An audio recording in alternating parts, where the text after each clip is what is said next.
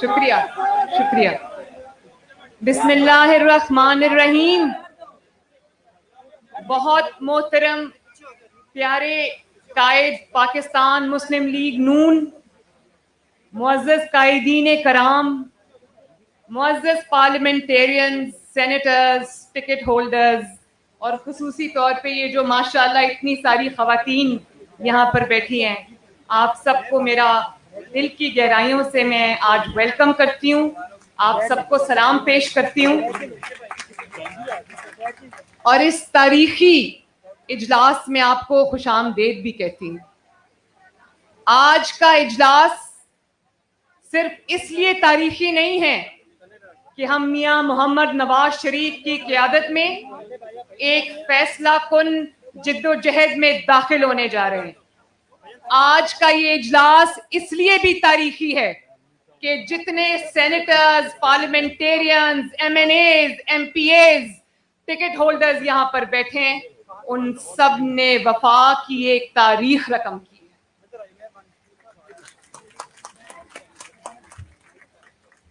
آپ سب نے نہ صرف وفا کی تاریخ رقم کی ہے، بلکہ آپ سب نے جد و جہد کی.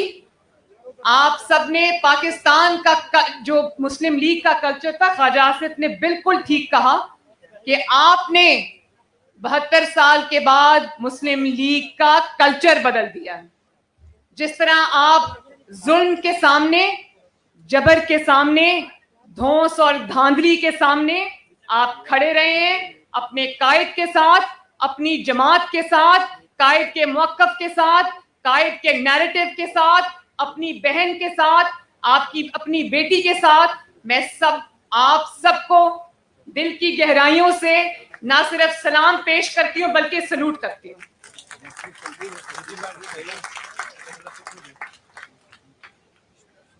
میاں صاحب نے جو بیانیہ دیا پاکستان میں، اس کو کہا جاتا ہے کہ وہ میاں صاحب کا بیانیہ ہے، اور وہ جانتے ہیں نا کہ وہ بیانیہ کیا ہے. اگر اس بیانیے کو صرف ایک نعرے میں سمو دیا جائے تو وہ ہے ووٹ کو عزت دو. تو پھر میاں صاحب تو اسمبلی میں نہیں ہے نا، میاں صاحب تو نااہل ہیں، میں بھی نااہل ہوں. تو میاں صاحب پھر کس کا مقدمہ لڑ رہے ہیں؟ قوم سے بھی زیادہ. قوم کے ووٹ کی ترجمانی کون کرتا ہے؟ آپ سب کرتے ہیں. تو اس سے زیادہ جو قوم کے ساتھ زیادتی ہوئی ہے، جو ووٹ کی عزت اور ووٹ کی حرمت پامال ہوئی ہے، اس کے سب سے بڑے گواہ یہاں پر یہ M N As, ticket holders اور سینیٹرز بیٹھے ہوئے ہیں. آپ کے حلقوں میں جس طرح سے دھاندلی ہوئی، اور وہ دھاندلی 3 مہینے پہلے شروع ہو گئی تھی، مجھے اس کی تفصیل میں جانے کی ضرورت نہیں ہے. تو وہ جو دھاندلی آپ اس کے عینی شاہد ہیں، گواہ ہیں، اور آپ یہ سمجھتے ہیں کہ پاکستان کی ہر بیماری کا علاج اس ایک نعرے میں، جس کو کہتے ہیں ووٹ کو عزت دو، اس میں چھپا ہوا ہے. کیونکہ جب ووٹ کو عزت نہیں ملتی تو پھر جو لا کر ہمارے سروں پہ مسلط کیے جاتے ہیں، اس میں یہ نہیں دیکھا جاتا کہ اس میں لائق کون ہے، اس میں کون جو ہے وہ ملک کی خدمت کر سکتا ہے، کس کے اندر اتنی کوالٹیز ہیں. اس میں پھر ایک ہی چیز دیکھی جاتی ہے، اور وہ یہ دیکھی جاتی ہے کہ کون کتنا تابع دار ہے. اور جب تابع داروں کو لایا جاتا ہے تو آج پاکستان میں جو مہنگائی ہے، پاکستان کے اندر جو لاقانونیت ہے، پاکستان کے اندر جو انتقام ہے، پاکستان کے اندر جو آئینی اور جو شخصی حقوق جن کے اوپر بالکل گورنمنٹ کا کنٹرول ہے، جو کہ سسپینڈ ہوئے ہیں، پھر یہ ہوتا ہے. اور جب میاں صاحب آپ کا مقدمہ اٹھاتے ہیں، آپ کی جنگ لڑتے ہیں، پاکستان کے عوام کی جنگ لڑتے ہیں، جب وہ کہتے ہیں کہ آئین کی عزت ہونی چاہیے، جب وہ کہتے ہیں کہ قانون کی عزت ہونی چاہیے، جب وہ کہتے ہیں کہ انتقام نہیں احتساب ہونا چاہیے، جب وہ کہتے ہیں کہ میرے لوگوں کی ترجمانی ہونی چاہیے، ووٹ کے جو بکسے ہیں اس کے اندر جس کا ووٹ ڈالا جائے اسی کے نام نکلا جائے، تو پھر ان کے اوپر غداری کے مقدمے بنتے ہیں، ان کے اوپر غداری کے پرچے کٹتے ہیں. تو مجھے ایک بات بتائیں کہ کیسا غدار ہے یہ، جس نے بھارت کے